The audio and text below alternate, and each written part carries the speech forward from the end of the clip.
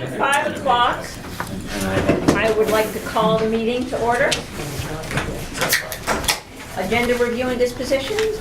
I'm all set, Madam Chair. I will need the non-public session for athletic and co-curricular nominations. The minutes for the meeting of November 3rd are shown unless there are any amendments or corrections. They stand approved as written. Mr. Howard. Everything I have, Madam Chair, is in the committee reports and also the discussion item, so I don't have a specific report. Jack? Hi. I have a few things to report. So the fall musical finished up on Sunday. That was almost sold out, so very successful. Congratulations to all of our actors. Grades close in the fourth, so unfortunately, we're that much closer to midterms, but everything went pretty well. Fall sports seasons have all wrapped up as of, I'm not actually sure, but as of pretty recently. Winter sports are starting soon, so wrestling begins on the 16th. Skiing and girls basketball begin on the 23rd, and boys basketball begins on the 30th. And unified signups also start the 18th, so definitely looking forward to that. And also, the Francis Willen Parker Scholarship results came back recently, and the Stephen Buttolph is a 4th-time winner for the month of October, which means that he actually won the $2,000 scholarship. No, that's No? no, that's Oh. not. No, he's in the running for that. They'll pick one more senior, and they'll determine that in May. But it'll be between him and the other senior. It is a Okay. $2,000 scholarship from Coca-Cola. You're right. Okay. Right. And our other winner, we actually have 2 winners from PRHS, which is great because this is for the entire state. For our junior class, my sister, we had Lily Friedman win for her 3rd consecutive year. Also, so congratulations to both of those people. It's really cool that we have 2 people from our school at that event because that's for the entire state. But that's it. Thank you. Thank you very much. And I am sorry, I skipped over privilege of the floor. Right. I'm very sorry. Good evening, everybody. May I approach? Yes, Thank please. you. We're going to hand out a little one-page flyer about what we're talking about this evening. My name's John Baranowski. I'm a local resident of Plymouth, and I'm here to talk to you guys about a potential project, the construction of a track at Plymouth Regional High School. A group of interested parents has gotten together, and we're really interested in moving forward this idea.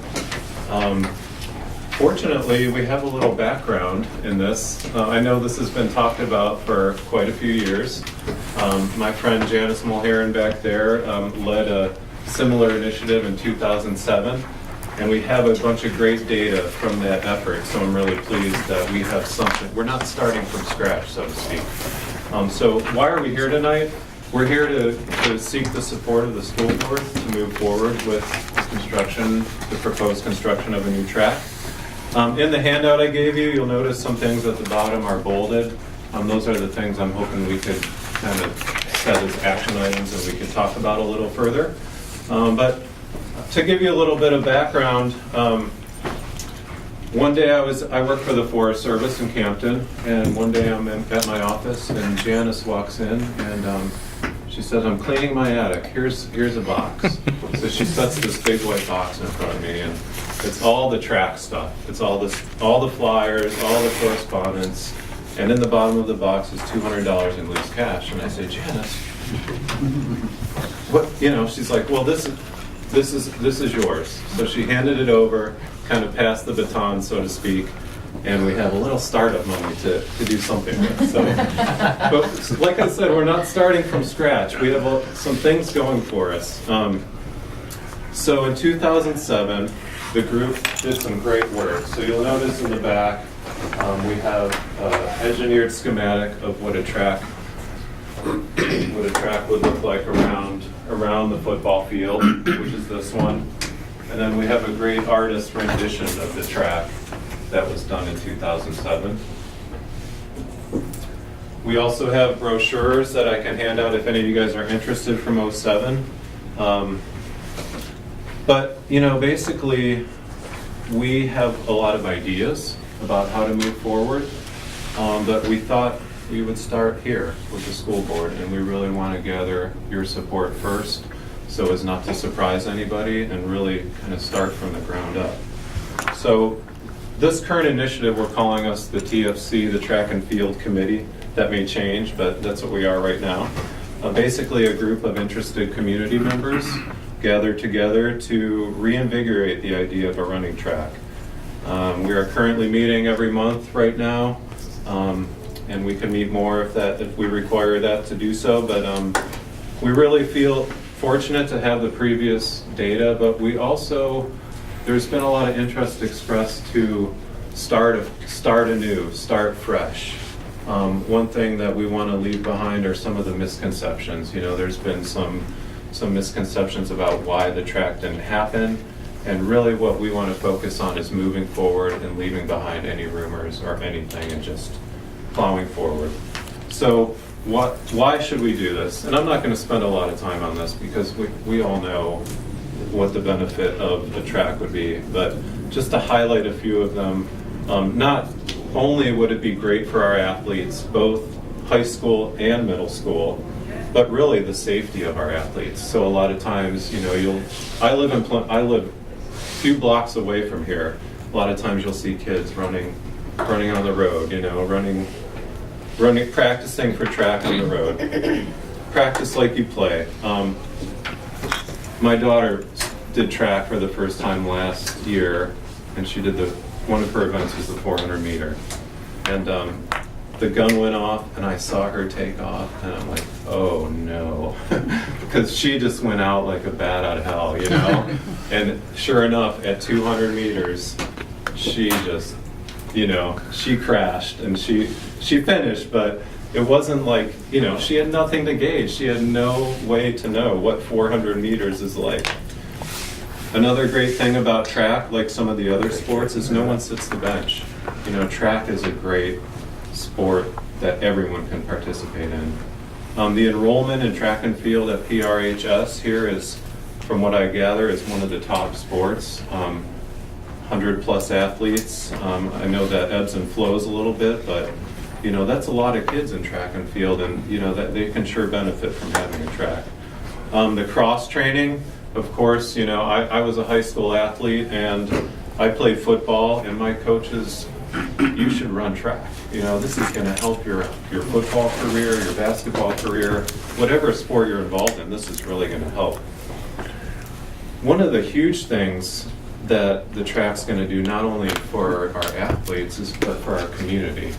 So I don't know if any of you guys have ever driven past the Opeechee Park, but we used to have a Forest Service office down in Laconia, and I go there often for meetings, and you never, ever drive by that track, maybe in the middle of winter, but there's always somebody walking, people of all shapes and all sizes. So I really think, you know, the community would stand to benefit. Health and wellness, you know, in New Hampshire, I'm proud to say that my kids are outdoor kids, you know. I think a lot of us feel that way. So that it's really about health and wellness. It's about being outdoors. And the community support, you know, obviously you look around and you see the ski jump effort, it's like, wow, you know, they raised $80,000, I think, already in a very short time period. And then the last bullet, it's time. You know, we've been talking about this for years, and I really think that no matter if you're an athlete, if you're, you know, handicapped potentially, maybe you're in a wheelchair, maybe that's one place you can go and actually get some exercise. One of the stories that I heard from a parent was that she had a disabled son, and she would go to the track and set her son in the middle, and she would run around, and she would have eyes on him at all times. So that there's all sorts of situations. So, you know, what are we going to do? What are the next steps? Well, you know, I feel like right now this is step one, to gather your support here at the school board to move forward with the proposal. I'm assuming we ought to meet with the facilities committee if you guys think that this is something that we should invest our time in. Another thing we want to do is really revisit a lot of those engineering costs. So the Rist Frost company out of Laconia is the one that actually did the engineering schematic and the reports. It had a report with several options about different sorts of bells and whistles, so to speak, with the track. And then we're going to do some comparables. You know, we had the Interlakes track that's pretty new, within the last 5 years, I believe. The Colby Sawyer track in western New Hampshire is less than 2 years old. And another thing, you know, we really want to move this effort forward. I work at the Forest Service, so I come from a federal agency, and I come from a very conservative lens. That's kind of what I know. But from what I gathered last time is that the track actually failed a town vote.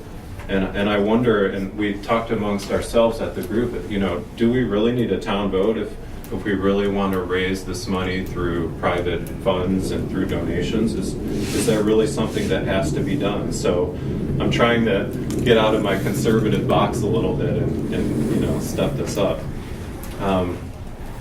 You know, obviously the tough part about any of this is raising the money. So, you know, this track could be upwards of $1 million, you know, but to be honest, I think with the current situation we have with the internet, with GoFundMe, you know, now is a better time. You can't get much better than right now in our history about raising money. You know, and the last thing I put down is partner. So in the Forest Service, you know, our organization wouldn't run without volunteers and partners. And I think it's that same grassroots effort here. You know, I happened to talk to the Plymouth State track and field coach, which is a fairly new program. And I said, gosh, what if we were able to partner with you guys and this could be your home track? What if we set up some sort of mentoring program where the college students were actually able to mentor our high school athletes? I mean, how cool would that be? So I think there's a lot of possibility. There's Spear Memorial Hospital, who has their cardiac rehab program. And I know those folks, you know, they need a level surface to walk on. And if you walk anywhere around Plymouth, I do a lot of biking, it's not long until you go up a hill. So that's another thing to think about. So that's the quick and dirty of what we're thinking on our committee. And I just want to open it up for questions or comments. I'll be upfront and say that we haven't done a ton of homework, we haven't done a ton of research, because really we want to start here with the school board. So. Any questions? Yeah, as I understand it, in 2007, the school board was supporting the warrant article to have the track built, and was that then turned down by the voters? How did that work? The school board supported it because at the time, building aid was available, and we would have got 55% state aid from the state to build the track. And so that was part of the support. So now there's no state aid in the state of New Hampshire. So that 55% is off the table now. So if we would do something like this, and I don't mean to speak for the board, the choice would be, as the ski jump folks did, they raised their own money. And that doesn't take a vote of the town. It took a vote of the board to say, go ahead and do it. But if you were to ask for taxpayer funds, they would have to be in the budget or as a warrant article. And then we need 60% of the entire district. The previous vote failed at about 56% when we got the state aid. It was above majority, but below the supermajority that we needed to build.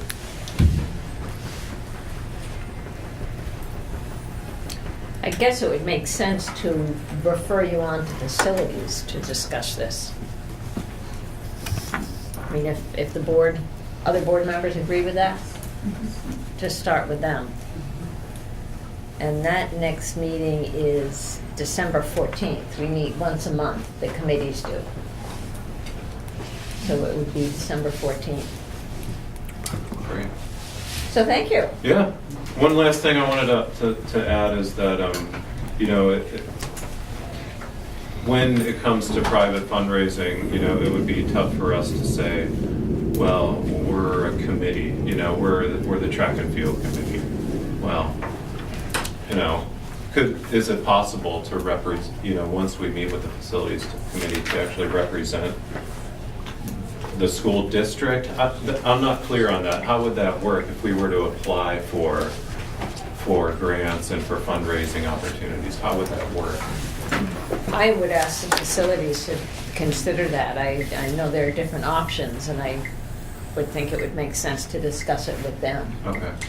with recommendation. What time is that facilities meeting? 5 o'clock. 14, 5 o'clock? 5 o'clock?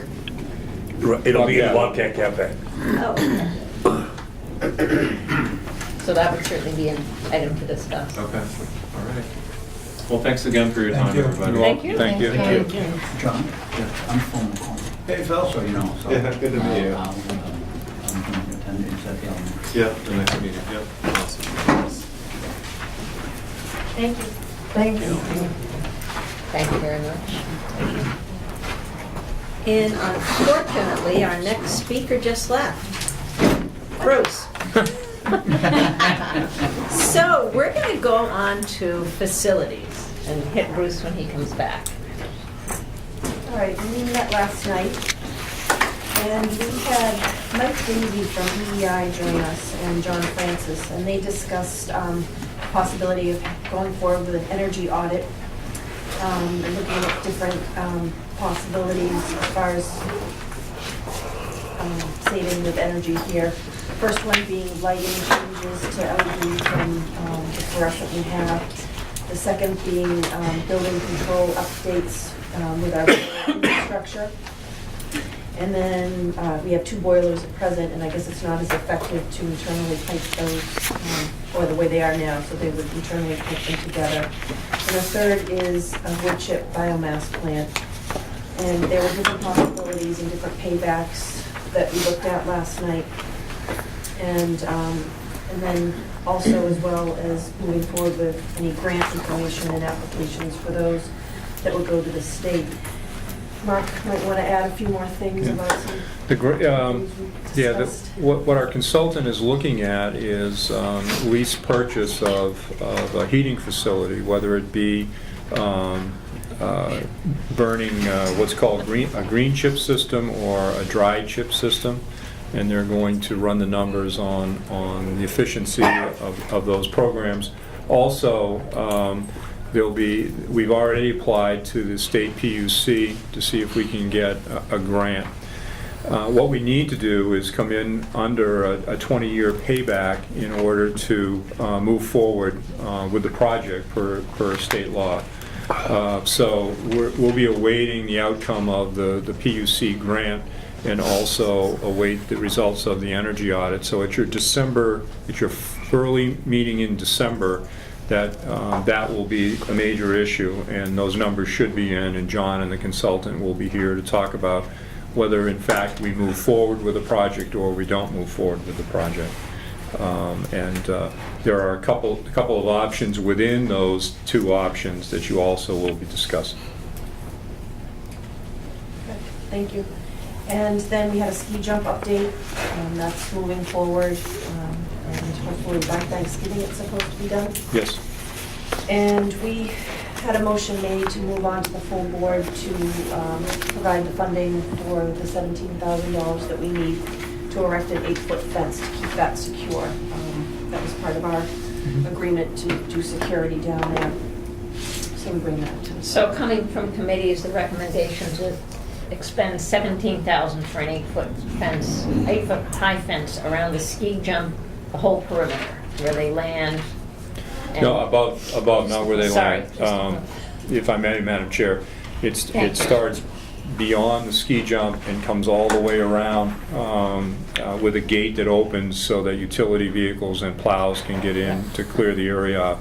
It's something we perhaps should have done a long time ago from a liability standpoint, but it's an opportunity. It's, for those of you who weren't at that committee meeting, it's a black vinyl, so it's not like a prison fence. It's a black vinyl, that, but it's a large fence. But and it'll sweep the area and certainly secure it more than the previous jump was secured. So Did we get a couple of bids on that? we got 3 bids on that.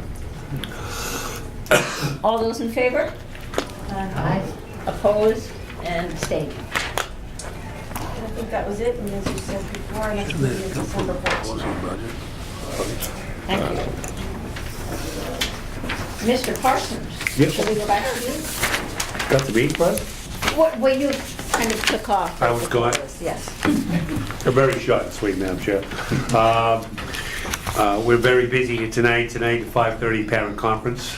I mailed the report cards home and the results are for the junior class for Smarter Balance. So we hope we get a good attendance tonight. And that starts at 5:30 and we'll go till 7:30. And if you remember, it's all done on this main floor.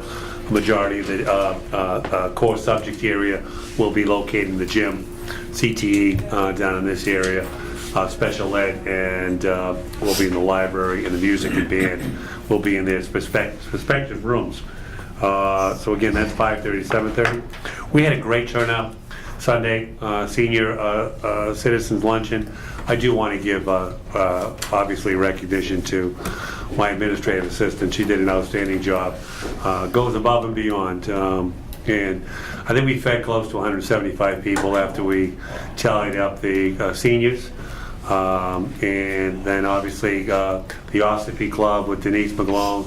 She had a number of students that came and waited on tables the entire time.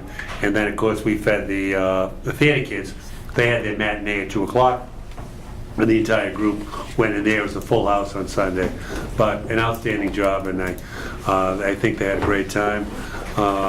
And kudos to you, Janice. Remarkable. Did a great job. She has a craft fair going on too on Saturday. The National Tech Honor Society. It's the first year that they're doing this.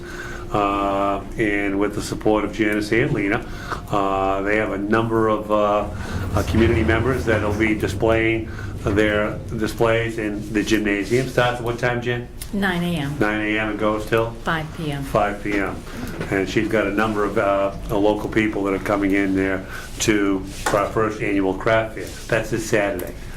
And then when we get back from Thanksgiving, we just turn the corner, we have our induction ceremony of the National Tech Honor Society.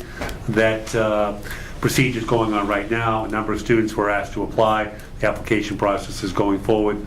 When we get back, they'll go through that, but the induction ceremony will be on that Tuesday night when our first meeting in December. And that's my report, Madam Chair. Thank you. Thank you. And thank you, questions? Janice. Oh, okay. Policy and budget. Yes, we also met last night at 5:15.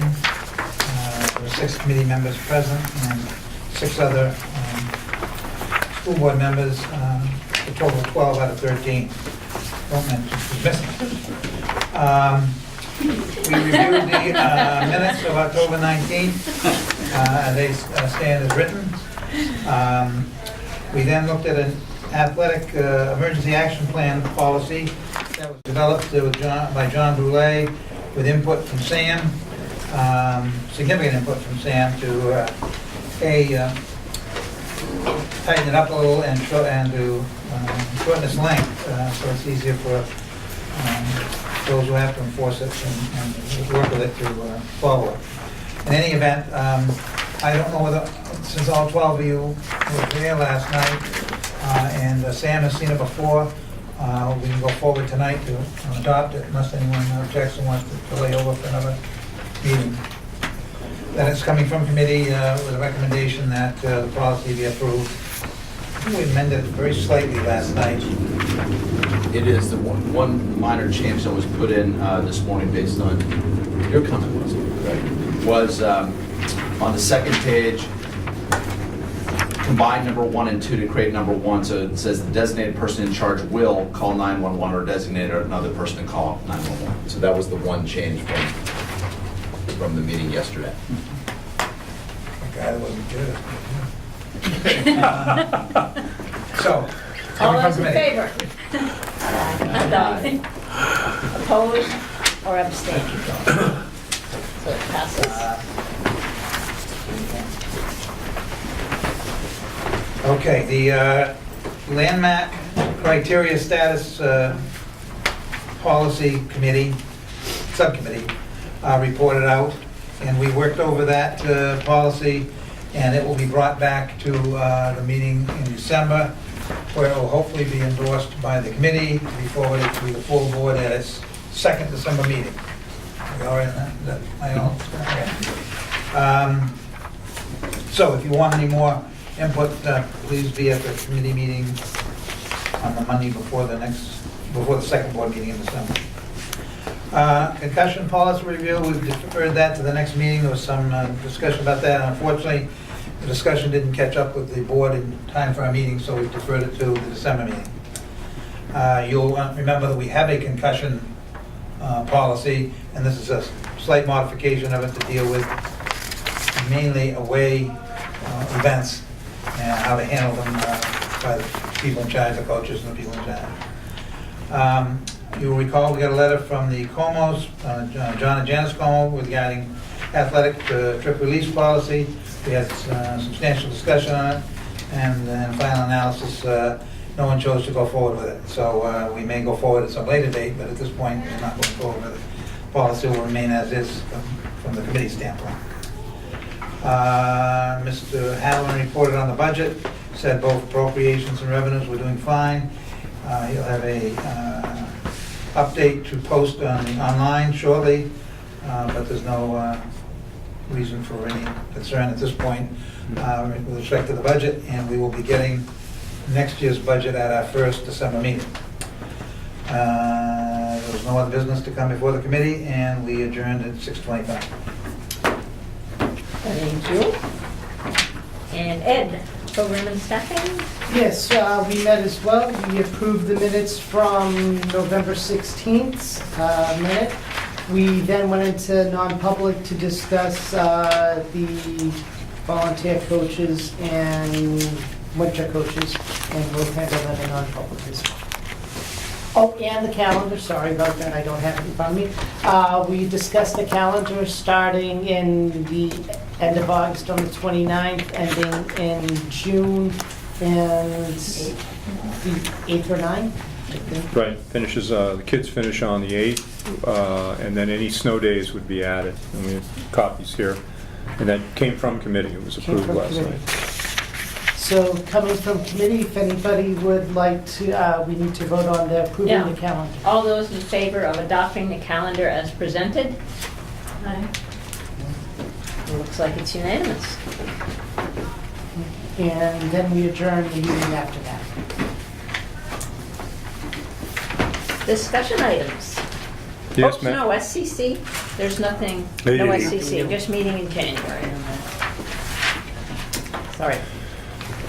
Just want to make sure everybody has a copy of the handout for the discussion items on Smarter Balance assessment results. These are on board docs. Also, as Mr. Deitchman noted, the appropriations report is up on board docs also.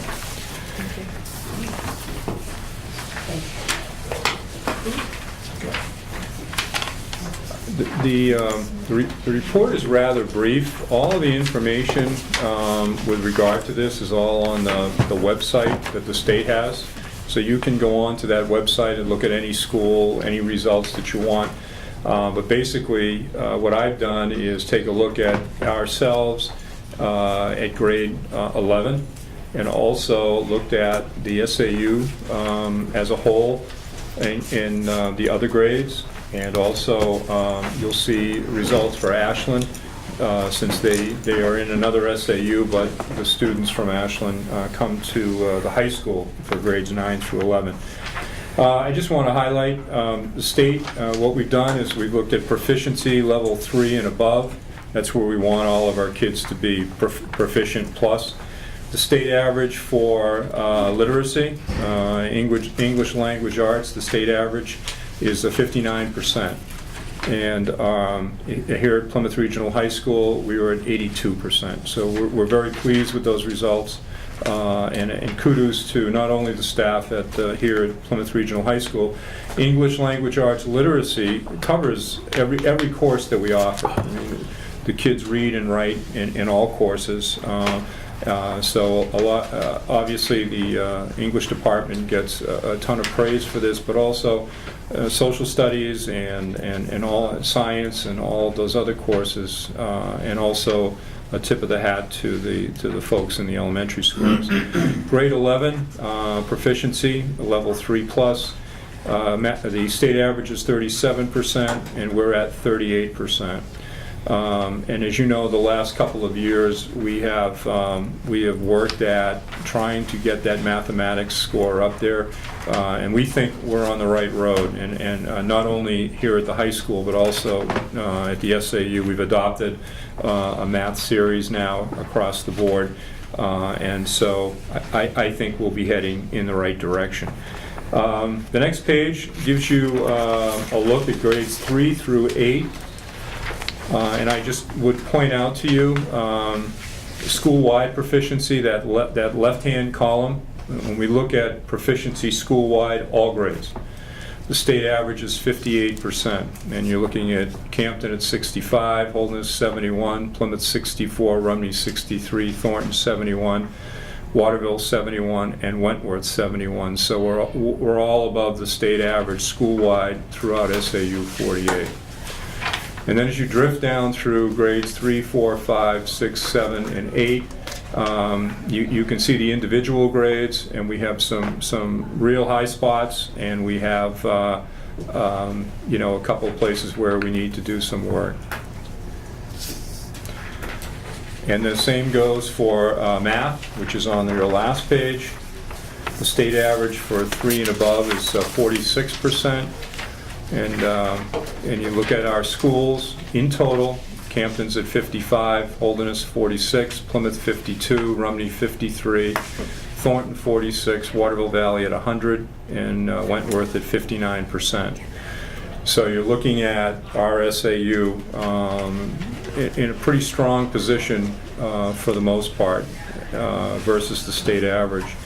And I wanted you to take a look at a couple of those grades. We're pretty pleased about. You look at grade 7, and those are kids that have had a couple years of the new math series.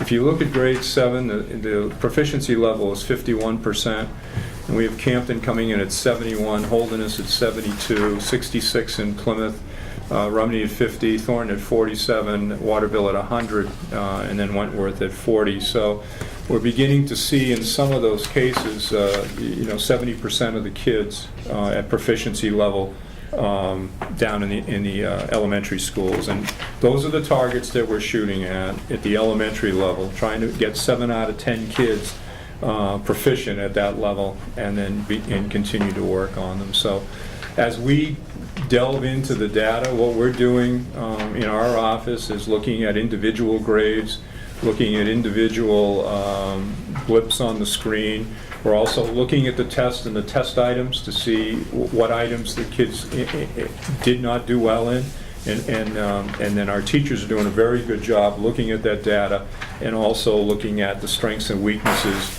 as those assessments come out. But I have to tell you, all in all, we're pretty pleased on this.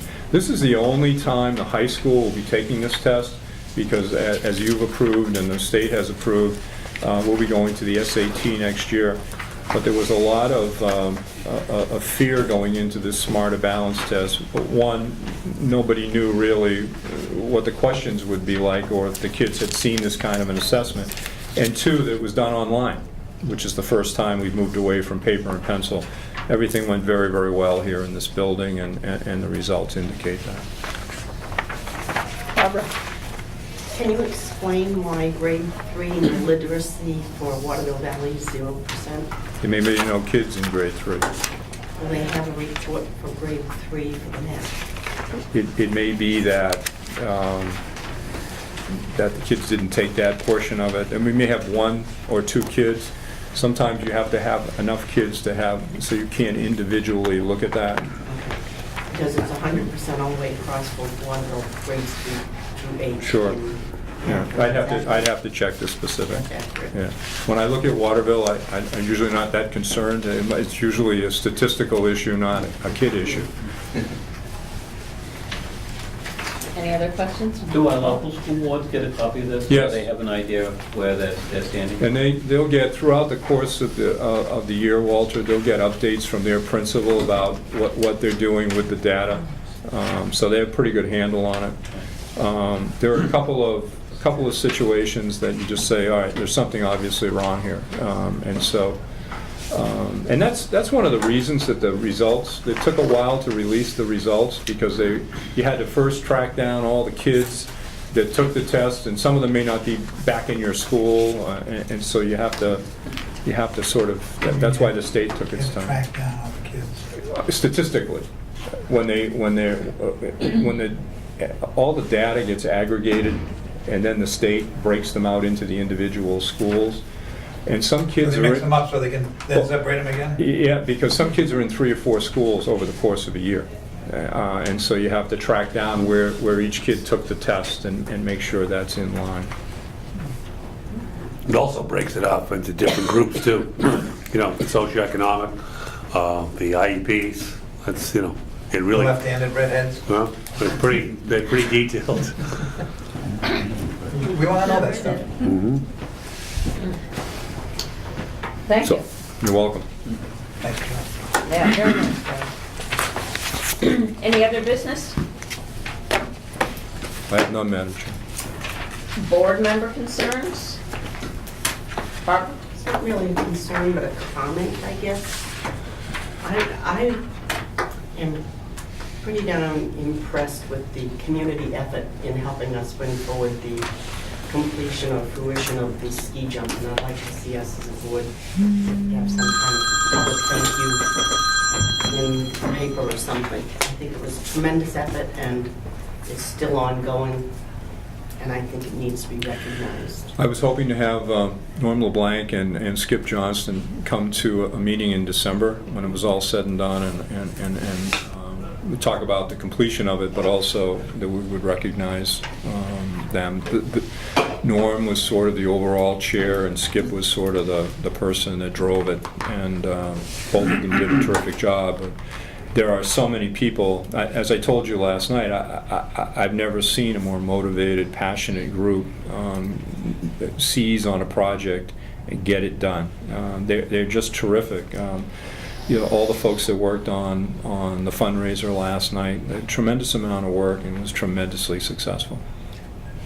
It was packed when I drove by after our meeting. I attended last night, and it was overwhelming. It Yeah. was a really great effort, and I think it's well that we acknowledge them here at our meeting, but if we could do something Right. publicly after that fact. Sure. Yeah. Great, thank you. It was a great turnout, and I when I got there, Norm was there, and Jim Carey, and just a great community turnout. A lot of people. Yeah. Thank you. Excuse me. There being no other business, do I hear a motion to go into non-public session for athletic and co-curricular nominations? Ross, seconded by Lisa. Yes? Yes.